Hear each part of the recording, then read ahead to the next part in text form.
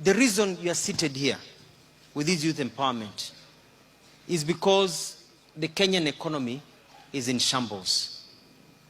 We are facing dire problems economically. We do not have enough industries. Hakuna pesa inazunguka. Imefikia mahali mpaka mtu anaomba pesa akalipe mkopo mwingine wa jirani yake. Ukisikia mtu anakuja mwenye nyumba unajificha. Ukizunguka Kenya hivi sasa watu wanahama usiku na rent za watu, kwa sababu uchumi umeingia pabaya. Tumefanya kazi, lakini nchi yetu imekuwa ya siasa nyingi sana mpaka mambo yakarudi nyuma.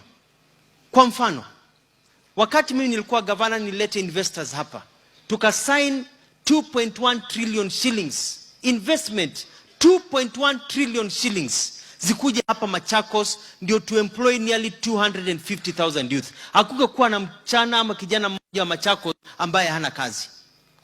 Tunajenga malls, factories, watu wakasign money, foreign direct investment, watu wanatoka ngambo. Kampuni zikakuja hapa. Tuko na hii land yote kwa hapa, tukasema let's give like how they do in Croatia, like how they do in the US, like how they do in Australia. Give land to investors. Kwa sababu yaache kukaa tu hapa inakulwa na mbuzi na vijana hawana kazi. So that those people can employ, set up factories, because it is industrialization, not government, that employs. Wakati watu wa siasa walikuwa wananipinga, mzee mmoja anaitwa Johnston Muthama na ati anataka kuwa governor, akaenda kotini, wakaeka injunction for 5 years as the court went through, because the court case went through, because it takes forever in Kenya for cases attempts to go, to be completed. Within that time, all the investors that were brought here gave up and went to other places. I brought the man who built the Burj Al Arab, the Burj Khalifa rather, the tallest building in the world, that is in Dubai, 167 or something floors, with the Dubai Mall, the largest mall in the world, with real estate. Akakuja hapa. He was here at the People's Park. Tulika hapa amphitheater na yeye. Hapa. He came with his own Boeing 747 jet yake mwenyewe. Akaland hapo Nairobi. Akaingia gari akuja Machakos. He was so impressed, akasema, just give me this portion, I will build a mall, I will build a super highway taking you from Chumvi over here, all those things. Akaenda akakutana na Uhuru Kenyatta, tukakubaliana, kesi ikakuwa hapo. By the time the case was thrown out, Muthama akaambiwa bure kabisa, you are stopping development. It was 5 years. I called him. He had set up his development. The money he was bringing here, alipeleka Angola. Ilienda Angola. The president introduced me to a company called Ashok Leyland. Buses are Leyland. The man came to Kenya. I went to meet him in State House. They only wanted 20 acres to set up a factory ya kutengeneza magari hapa Kenya, hapa Machakos.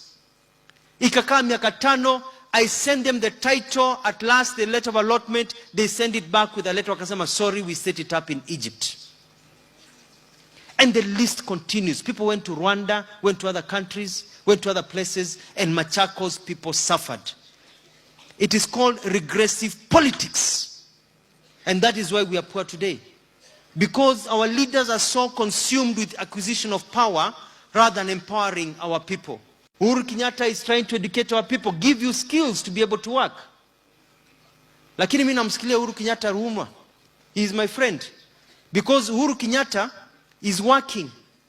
Analala mchana, analala usiku, anaamka mchana, anafanya kazi, anachunga pesa, anachunga kondoo, jioni akienda kupumzika, wale wako karibu naye wanaanza kuiba zile kondoo, wanaiba kondoo.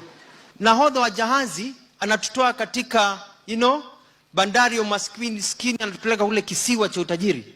Na yuko hapo and he is rowing the boat, lakini wakati anasonga wale yuko nao wanachimba mashimo, so maji imeanza kuingia. Sasa Uhuru ameacha kurow the boat, kazi yake ni kutoa maji, anatoa maji, anatupa hapa, anasikia sijui mahindi imeibiwa wapi, anaenda kuangalia ugote wa mahindi, anasikia sijui barabara bilioni ngapi, akipinduka kabisa anaambiwa kuna deal imefanywa kwa ofisi ya DP ya sijui 40 billion, akipinduka anauliza nini.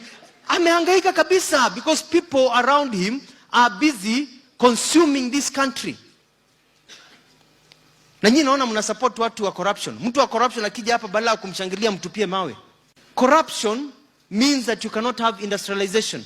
It takes 6 months in this country to register a company from overseas. In Rwanda, it takes 2 days. Will you come to Kenya or go to Rwanda? And in Kenya, you are assured you have to pay a bribe.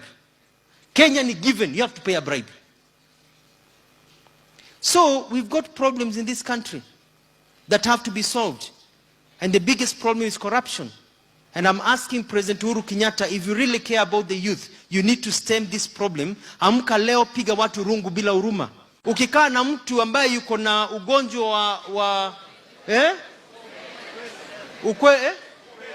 upele. Ukikaa sana na mtu mwenye upele, mnahangaika hapo, mnagongana kidogo. Very soon utaanza kufanya hivi. Si ndio? Atakupa upele. So this country is crying out. Our young people are crying out. That is why some of us have decided we have to change the fortunes of this country. We cannot continue to be like this. We are a great country. And I'm very, very happy that Uhuru is recognizing the young people. But do not give up. Do not do what? Do not give up. You are young, you have viewers in front of you. Wakiharibu tunatengeneza. Wakifunga tunafanya nini?